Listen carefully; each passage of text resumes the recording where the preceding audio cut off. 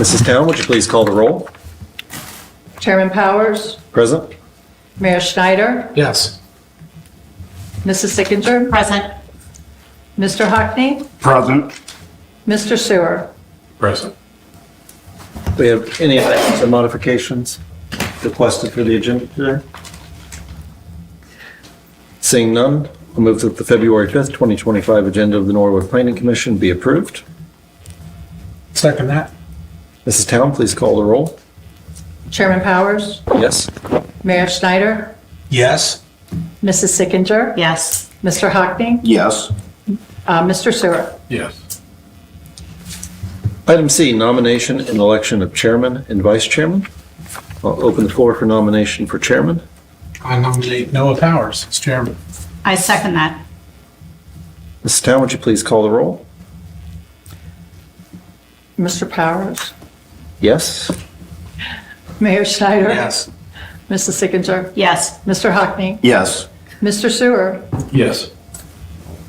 Thank each of you for your continued faith in allowing me to perform as the chair. Thank you. I'll open the floor for nominations for vice chairman. I'll nominate Bernie Sewer for vice. I'll second that. Mr. Sewer, I'll offer you the opportunity to decline. That's fine. I appreciate you not declining. Mrs. Town, if you please call the roll. Chairman Powers, Yes. Mayor Schneider, No. I mean, yeah, let's make it. Yeah. Mrs. Sickinger, Yes. Mr. Hockney, Yes. Mr. Sewer. Yes. Item D, approval of minutes, December 4th, 2024. We did not have a January meeting. Any amendments to the minutes? Seeing none, I move that the minutes of the December 4th, 2024 meeting of the Planning Commission be approved as prepared. I'll second. Mrs. Town, please call the roll. Chairman Powers, Yes. Mayor Schneider, Yes. Mrs. Sickinger, Yes. Mr. Hockney, Yes. Mr. Sewer. Yes. Item E, new business. Daniel P. Utt, Esquire, representing Pond Realty Company, owners of 3732 Montgomery Road, a 5.396 acre tract identified by Hamilton County Auditor as Book 651, page 0054, parcel 0130-00, Book 651, page 0057, parcel 0053-00, and Book 651, page 0057, parcel 0055-00, is requesting a lot split to create two parcels of land, one, a 3.817 acre tract, and two, a 1.5684 acre tract. Planning Commission would be required to assign addresses to each new parcel if this is approved. Mr. Utt? Good afternoon. My name is Dan Utt, UTT. I'm with the law firm of Keating, Muthing, and Kleekamp, representing Pond Realty Company and also working with the developer 3732 Montgomery Road, which is affiliated with Uptown Rental Properties. And we have a nice multifamily community plan for the property. There's already been approvals from the Planning Commission that's looked at the development and decided to waive the requirements of the PUD requirements for the specific development. And then the applicant presented a set of variance requests to the Board of Zoning Appeals that were approved that included laying out the specific site plan for the property, the setbacks, parking, landscaping, and the like, and had approval for each of those variances. Actually, I think that occurred just recently. I just received the confirmation it was approved. It was approved pursuant to a letter dated January 21, 2025. And so this is the last step in the process for us.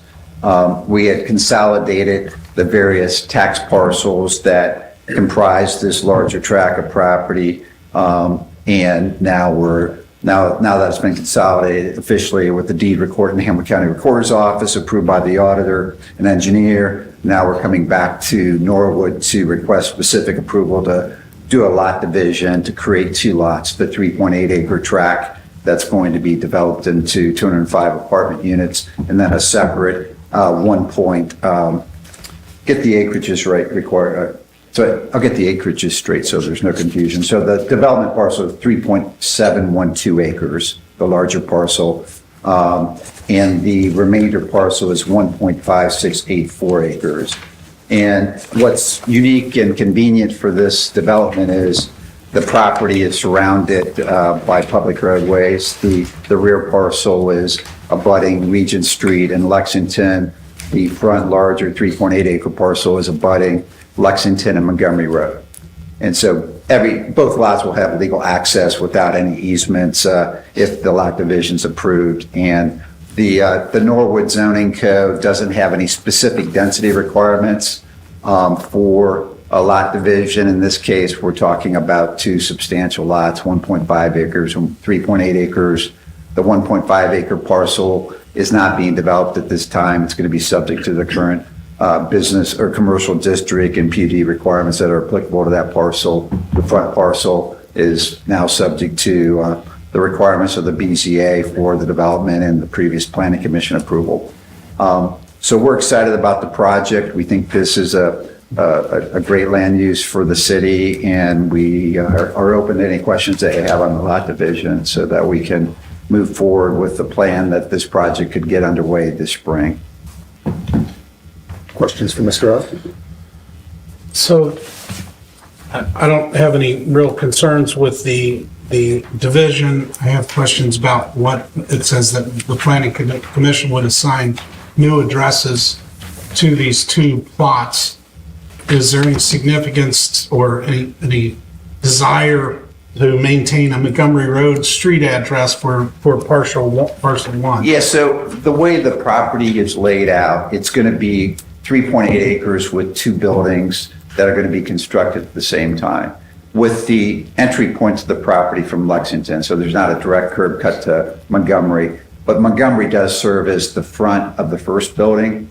And we'd like to maintain the 3732 Montgomery Road address for the building that's going to front on Montgomery Road, the corner of Montgomery and Lexington. We don't want to create confusion either, and we understand that there could be a reason to have a Lexington address for the second building that's directly abutting Lexington, not technically Montgomery. So we'd be okay with that approach if the planning commission feels that that's the right way to create addresses for the property. In our experience, we typically get it. We find that you typically get into assigning addresses when you're applying for building permits and the like. But we can get that out of the way now if that's something the planning commission would like to do in connection with approving the lot split. Yeah, I think we should get into that now. I have Patrice Burke, who represents the applicant here as well, and I think we're neutral on whether we have just one Montgomery Road address or a Montgomery address for one of the buildings and a Lexington address for the second building. And then, obviously, don't have any difficulties with the address for the remainder parcel, the 1.5 acre parcel that's already got an address, I think, for Regents Avenue at the rear of the property, which makes sense. Mr. Mayor? Well, we have the fire chief in the room. I look at it and say from public safety perspective, we'd put the first building that's on Montgomery Road would have a Montgomery Road address, and then the one that you would go from Lexington would have a Lexington address, which would make it clear for any type of ambulance or delivery person or anything. If we could get Chief McCabe's quick thoughts on that, or lengthy thoughts on that even. Yes. Hey, how are you? Good, how are you? Good. So Tom McCabe, Fire Chief, City of Norwood. So typically when we talk about building addresses, we want the front facing side to be the building address, meaning if the residence is fully facing Lexington Avenue, we want a Lexington Avenue address.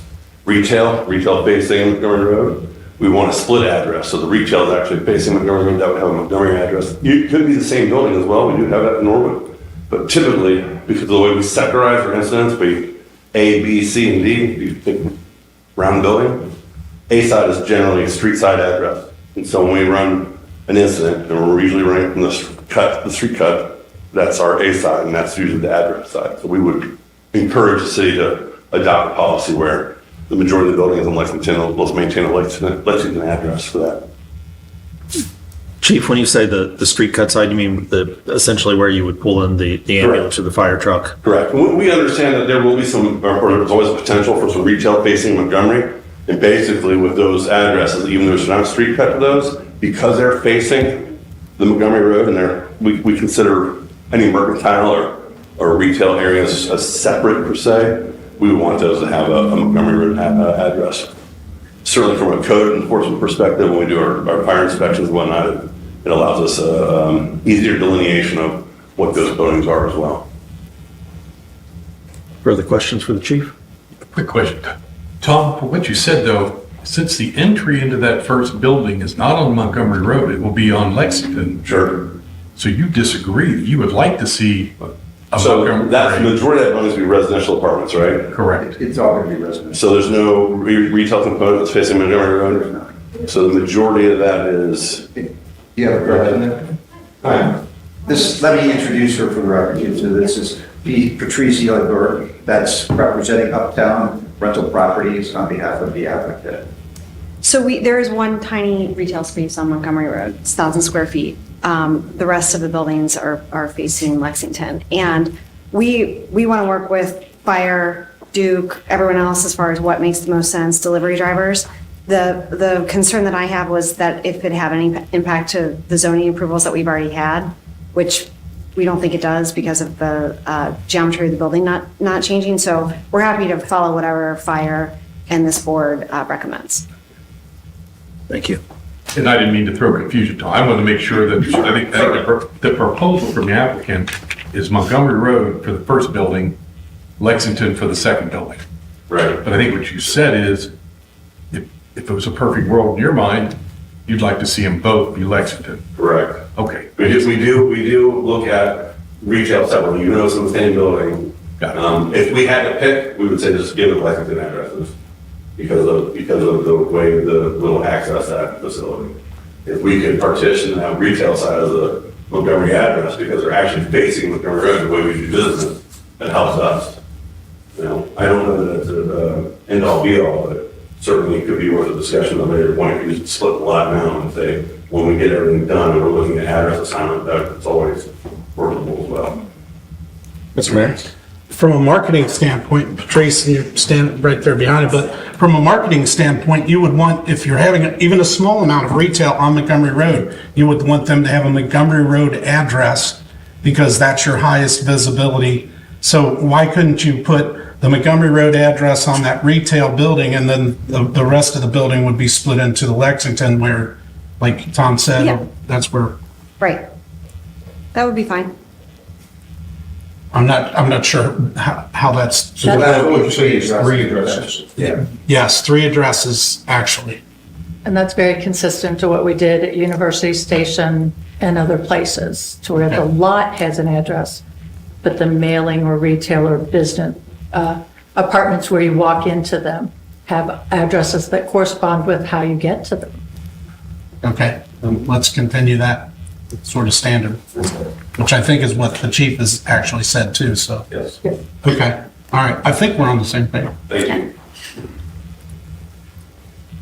you. Final question I would have, so we're looking at the 2 residential buildings on Lexington having Lexington addresses.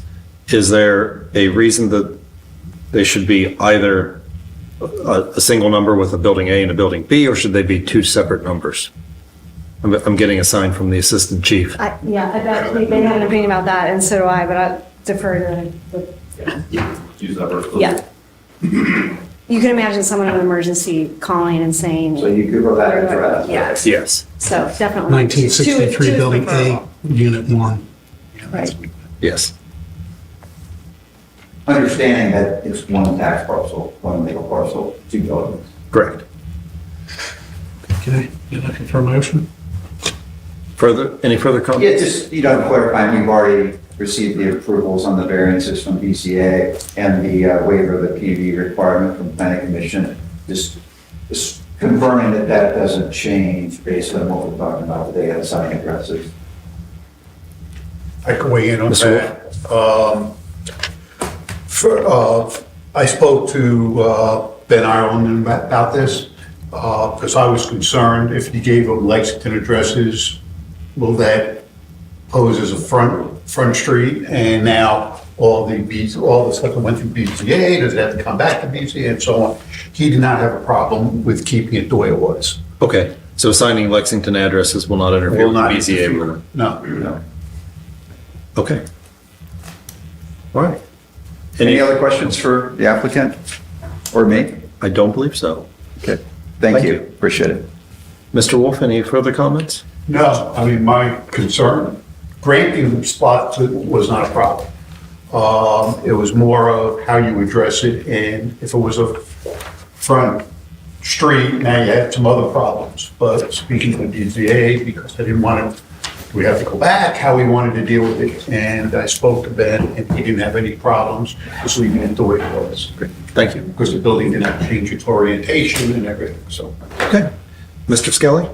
No, I didn't voice any concern with regards to the addressing. It was more in terms of just clerical administrative or kind of design aspects with regards to the actual subdivision listed on the memo of 120.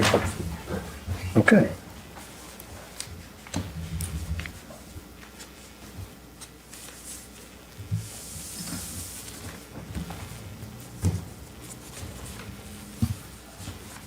Entertain a motion? I will entertain a motion. I would like to make a motion to approve the request for the lot split and assign the addresses of 3732 Montgomery Road and 1963 Lexington Avenue to the 3.817 acre tract and 1981 Lexington to the 1.5684 acre tract. No. No, Mr. Wolf? two addresses for Lexington for two buildings. You had two separate tracks, but there should be one for Montgomery Road for the retail. One of the apartment buildings also will have a Lexington address, and the other one will have a Lexington address. So they're looking for two addresses on one building, On one for the on retail and one for the Well, entrance to really, there'll the be apartment. three addresses on one parcel. Right. Montgomery. Three addresses on one parcel. I get you. I'm sorry. Montgomery, So two on Montgomery, Lexington. and then the one for 1963 Regent. Lexington and 1981 Lexington on the 3.817 acre tract. Correct. Now, what are we doing on the 1.5684 tract that is on Lexington also? It's also Which is a very small piece of It region. actually, right now, has a Regent address. Yeah, I wouldn't agree with that being a region address. It's about 100 feet on region. It does have the entrance on Region. I still would not agree. Okay. It's not a region.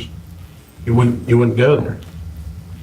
It doesn't impact whether it's Lexington or Regions, it doesn't impact that parcel. It does impact how people would get there. Correct. It would impact People are future gonna come travel from to the Montgomery site. Road. That would be the. It should be a Lexington Avenue, that track should be a Lexington Avenue address. And if you want to assign it to Lexington Avenue address, I think you can, because I think you'll land in Canton, Becker records.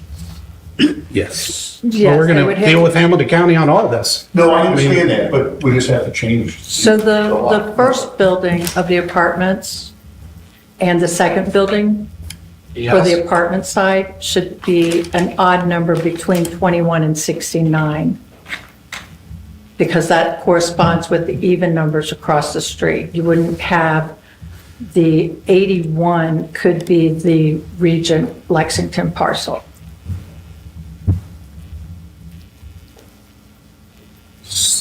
So you're saying that this 1963 Lexington number should be, That could be the apartment building B, where apartment building A should be closer to 20s or 30s, or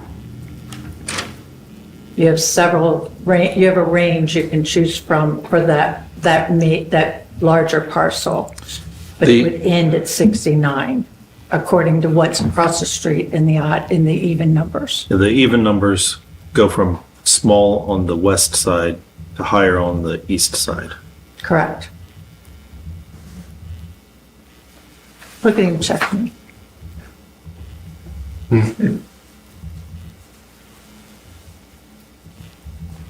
So what's your first even number behind Stones Lane parking lot? 1922 is the Stones parking lot. So across the street from the Stones parking lot would be an odd number? Correct. So it would be 1921. that would be 1923 Lexington would be the building A? That could be. And the building B could be 1963. How many units are in each building? I mean, are we giving specific addresses to, each building has the building address, but then if you have 50 units in that, we're not giving them, No, that's up to them. so They're this getting- building is 1923 and the other building being 19, I don't know, 25. That would It's work. simple. So it's- well, he's trying to add space in case somebody tears them down and they have, and build more stuff. That's, I mean, I would think 23 and 53. okay. Okay. So the Montgomery Road, and what you create as the county address, because they're only going to want one, that's, I don't care. We're looking at the whole thing for our emergency. We want them to respond to the right door. What's the third parcel? Okay. Not the third. The eastern parcel is 1971 through 2001. Right, that's fine. So we're looking at Montgomery Road, the office space being the 3732, building 1 being 1923, and building 2 being 1953. The Regent Lexington property, you could choose an address between 1971 or 2001 to correspond with the addresses across the street. Let's just do 71. Okay, the motion is to approve the lot split, place the address of 3732 Montgomery Road for the commercial space, 1923 Lexington for the first building to the west, 1953 for the second building to the east, and 1971 Lexington for the easternmost parcel. What about Montgomery for the retail? That would be 3732 Montgomery. Do I have a second? I'll second that. Mrs. Town, please call the roll. Chairman Powers, Yes. Mayor Schneider, Yes. Mrs. Sickinger, Yes. Mr. Hockney, Yes. Mr. Sewer. Yes. Thank you. Welcome. Moving to item E2, Which is a public hearing, which is a public hearing. Thank you, Mrs. Town. because I did not put it on there. It is on there, it went on the page before. Item E2, public hearing. Public hearing is now open. Hannah R. Putoff, Esquire, representing Oakmont Education LLC, prospective tenant, is requesting a change of use from B, business, to E, education, for 23,200 square feet, renovation to the third floor of 4405 to 4411 Montgomery Road, located within a general business zoning district with planned unit development overlay of GBD/PUD. Would you please state your name for the record? Thank you. My name's Hannah Putoff. I'm an attorney with the law firm of Wood and Lamping. Our address is 600 Vine, Suite 2500, Cincinnati, Ohio, 45202. I'm here on behalf of Oakmont Education, the applicant, and I have a couple representatives here. Paulette Hare on behalf of Oakmont is here, and George Bigham on behalf of GFB Consulting, who's going to be doing the construction work. And then we also have representation from the landlord of the building. But really, I expect most of you had some time to look this over, but it's a pretty clear cut. As mentioned, we would like to change the use to E education to fit what Oakmont wants to do on just the third floor of that building. Because of the nature of the PUD, that's why we're here, is because we have to present that request to change the use. But really, we believe that the use itself fits the underlying zoning of the general business district. And so if anybody has any clarifying questions, we're happy to answer them or elaborate on any points. But other than that, we think everything is pretty clearly laid out in the materials we provided. Questions from the commissioners? Well, I'll ask a question since you're a lawyer. Sure. Have you looked over all the restrictions that are in place when there is a school put into a part of our community for the city of Norwood specifically?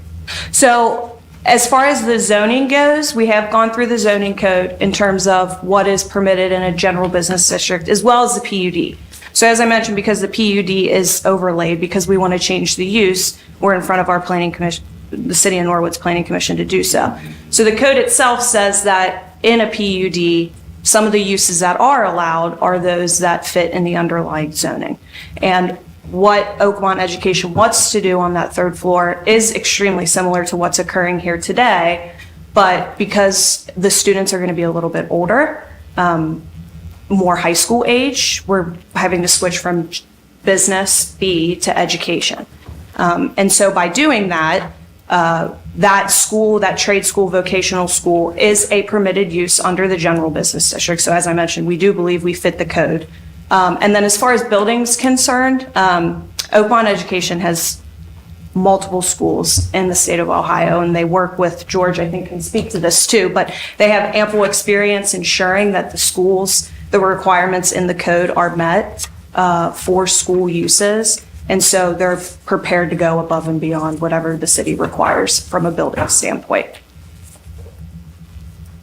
Mr. Mayor? But you actually didn't answer my question. Okay. I mean, there are restrictions to what businesses and what organizations can be close to a school within the city of Norwood. So when we put a school in place, then those businesses that are around there have challenges, and that causes problems for our community. So I understand what I understand your classification, all the information you provided, but have you looked at, can there be a vape shop downstairs from a school? There actually can. We have restrictions on where vape shops can be, and there's currently vape shops there. We have restrictions on where you can sell certain things. So there are some challenges with actually accepting that and saying, let's put a school there. You say that there currently is a school there, but I don't understand. There's not a school there.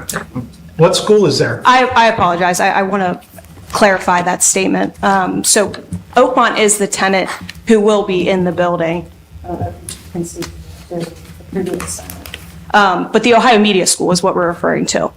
So that classroom use was taking place on that third floor. And so that's really all we're proposing is the exact same use, very similarly, but in our conversations with the city of Norwood, we were directed, because we're going to have high school age students, that we would need to request to go from a B to an E use. So we're really here kind of at the direction of what we had previously requested prior to this application.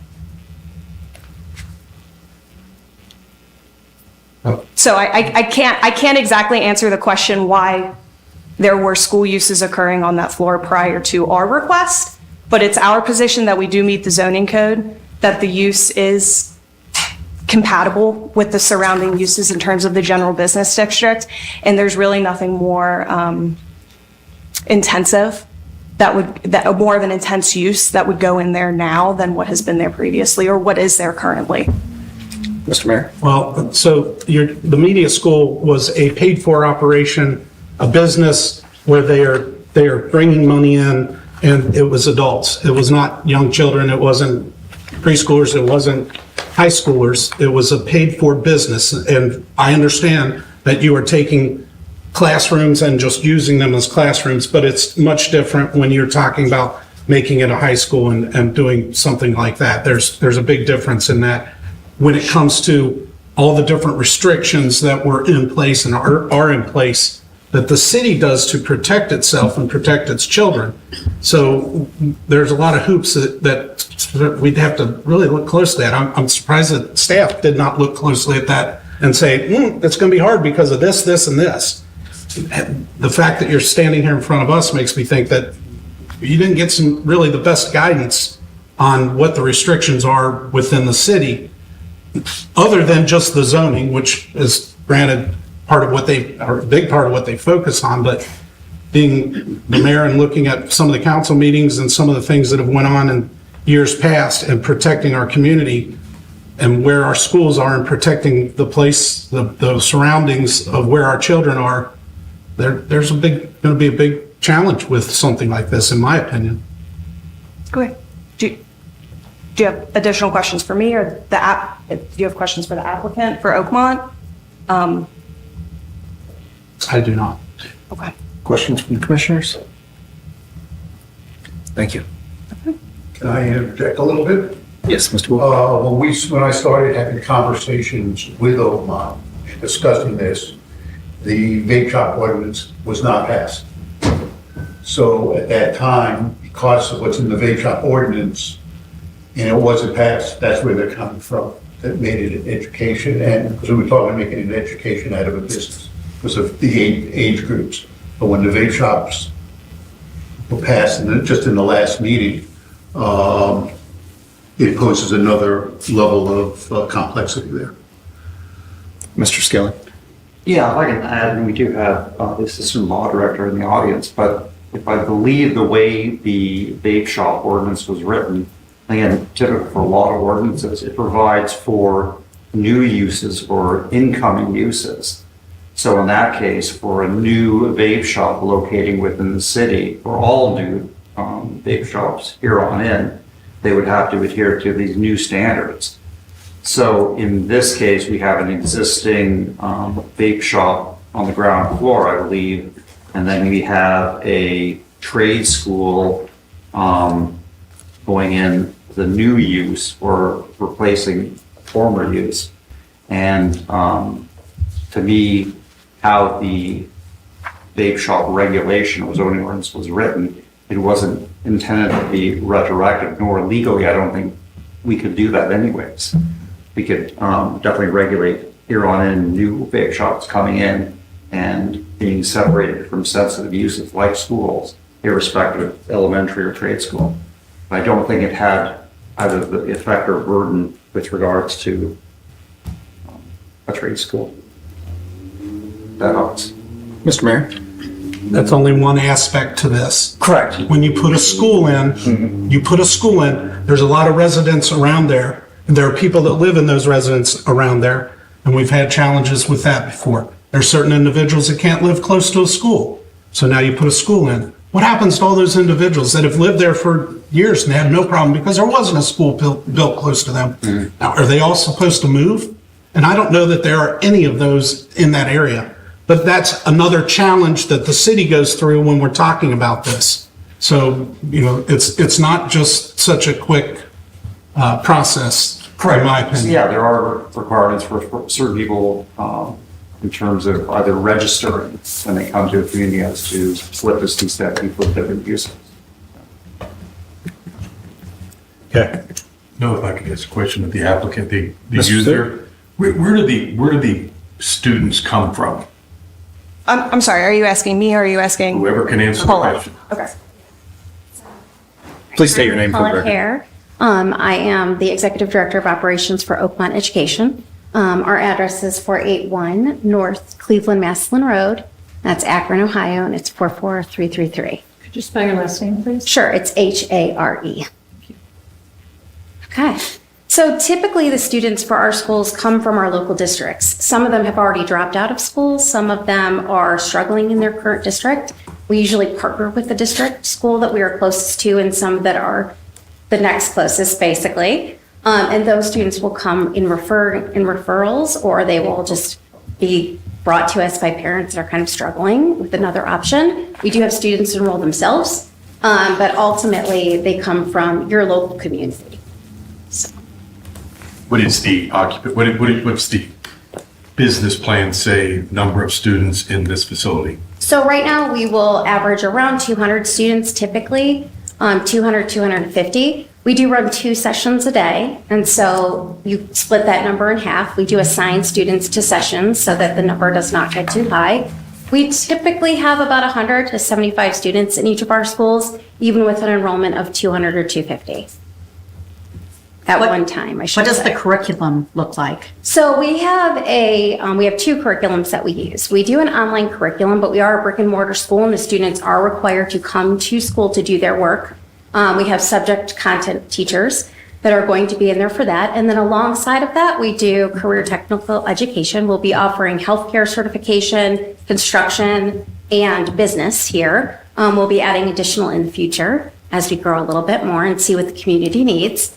But we will basically sit with the students, put a plan together based on their position where they are when they come in. So if they have credits to earn for high school, if they have a goal for themselves for their future. And then we also partner with local businesses to actually place the students. We have an 80% placement for all of our graduates. So why would this be needed if we have Scarlet Oaks already through Norwood City Schools? What is the difference? So typically what happens is the students that we get don't qualify for those programs. So we are in Butler County, and as you know, they have a very high presence of career technical programming throughout that county. And what they're doing is they're rejecting our students, and our students can't get in because they are lower in grades. Some of them, again, have dropped out, and they have to be active students. And so we offer an option to those students that can't do this. We have 2 sessions a day, so if they have to work, they have family responsibilities, we can be more flexible for them. Okay. Further questions from the commissioners? Yeah. Is it possible to speak with anybody on the school board to ask them a question? Is that can be later? We'll offer an opportunity for anybody to make comments here shortly. Okay. Any further questions? Thank you. I'm sorry, I should have asked. Being that these 12th graders, I assume that they can drive, a lot of them could drive. Is there enough parking for Yeah, 250? There's a huge parking. Yeah, there's a So lot. the garage can be used, you have access to all the parking in the garage? Can you restate your question? Sorry. I guess I was way off on how many students this would be, but So, let's just say it's 125 at a time. yeah, That's a lot of cars. Sure. Because these are 12th graders, a lot of them Sure. probably have. So the building itself, as tenants of the building, they would have access to the entire parking lot as well as the parking structure. Most importantly, they have access to a bus stop, which is located right outside of the building. So that aids in transportation access for the majority of the students. Okay. Thank you. And I did understand in the write-up, there was no equipment. So this is not a hands-on, when you say construction, So, automatically. yeah, think of- so the trade school, the notion of the trade school, and part of what's the interior improvements will be putting up for classrooms, but it's gonna be aesthetically and function as a traditional kind of classroom across the whole floor. Any construction or vocational training that will take place would take place off-site. Okay. So no sawing or anything like that will be occurring on that floor. Any further questions? Okay. Offer an opportunity for anyone who would like to speak in favor. Opportunity for anyone who would like to speak in favor. Anyone who would like to speak in favor?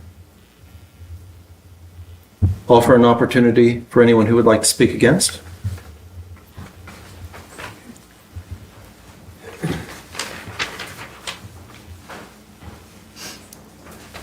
Good afternoon. My name is Craig Hoover with a K, 3827 Spencer Avenue. I am a Norwood resident, 3 sons, graduated from public schools. I'm a public school educator, public school administrator. One of the things that I'm so proud of as public school administrator, public school educator, is the opportunity to have strong, independent public school systems, such as Norwood has had since 1838.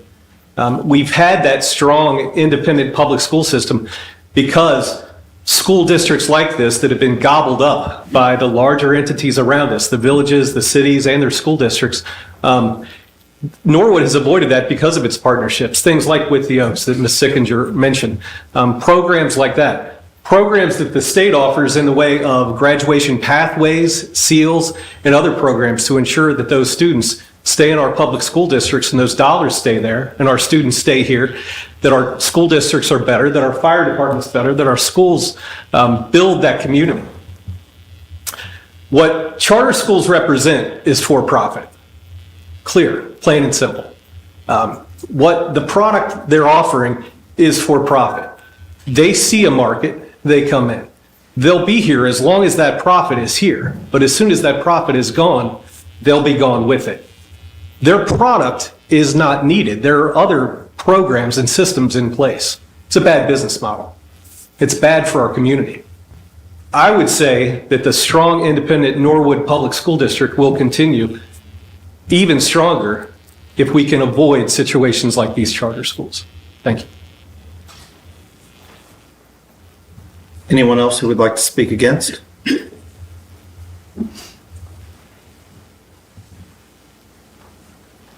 I'm Alice Rarica, 4240 Forest Avenue.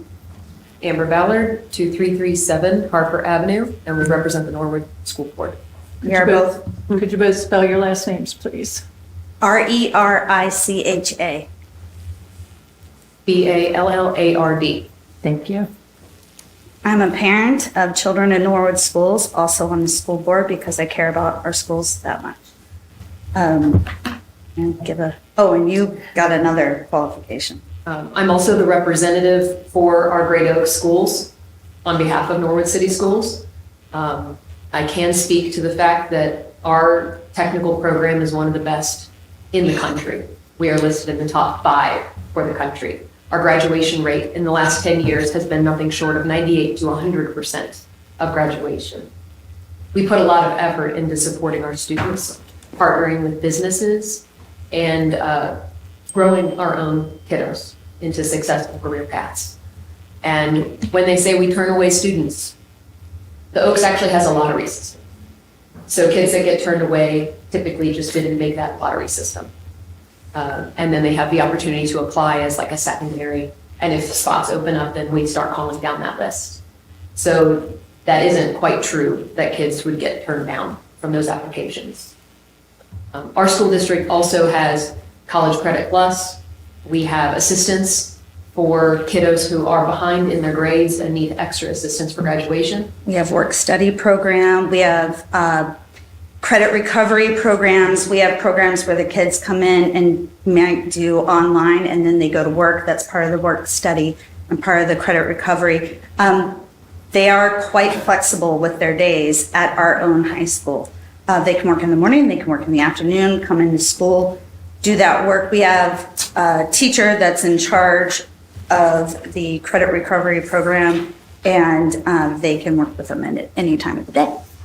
The other benefit to being a Norwood student, even if you go to the Oaks, is that you can still participate in your sports and music programs.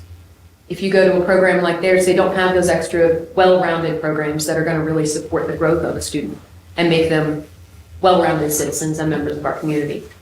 And with the public school, every single dollar that goes into public school is spent on education. It is no one's profit, ever. And we work really hard. Those are your tax dollars.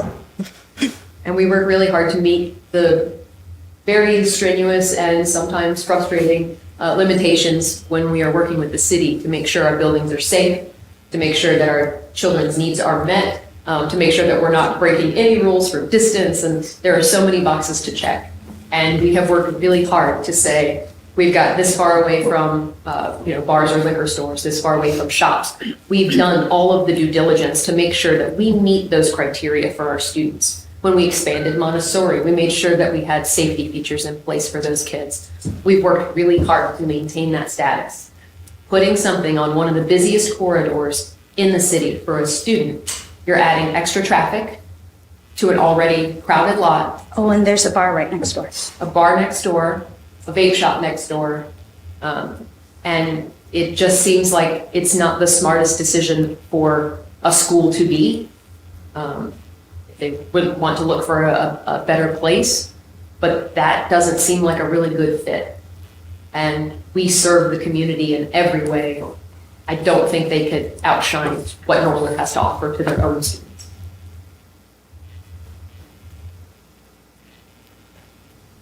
I'm good. Any questions? Mrs. Sickinger? Could you repeat your dropout rate, please? The dropout rate For this, yes, city of, for the high school. I don't know. For Oaks, it's extremely low. I wouldn't know for Norwood students specifically from Oaks, Mhm. but I know that our graduation rate from Oaks is between 98 and 100% for all Thank you. students. For our Norwood High School students, the dropout rate is a little bit higher. We have a lot of transient community, Mhm. and that number has always been a challenge, and it's something that Norwood Schools has been working on. tremendously to improve. Not to mention that the state does things to make that lower. We could go on for days about how they measure that number and how it is not a measure of the actual children that go through our school. Want to hear them? I'll tell you. Other questions? Thank you. Thanks. Anyone who would like to speak opposed? Anyone who would like to speak opposed? Anyone who would like to speak opposed? Seeing none, I will close the public hearing. Discussion amongst the commissioners? Or I will entertain a motion.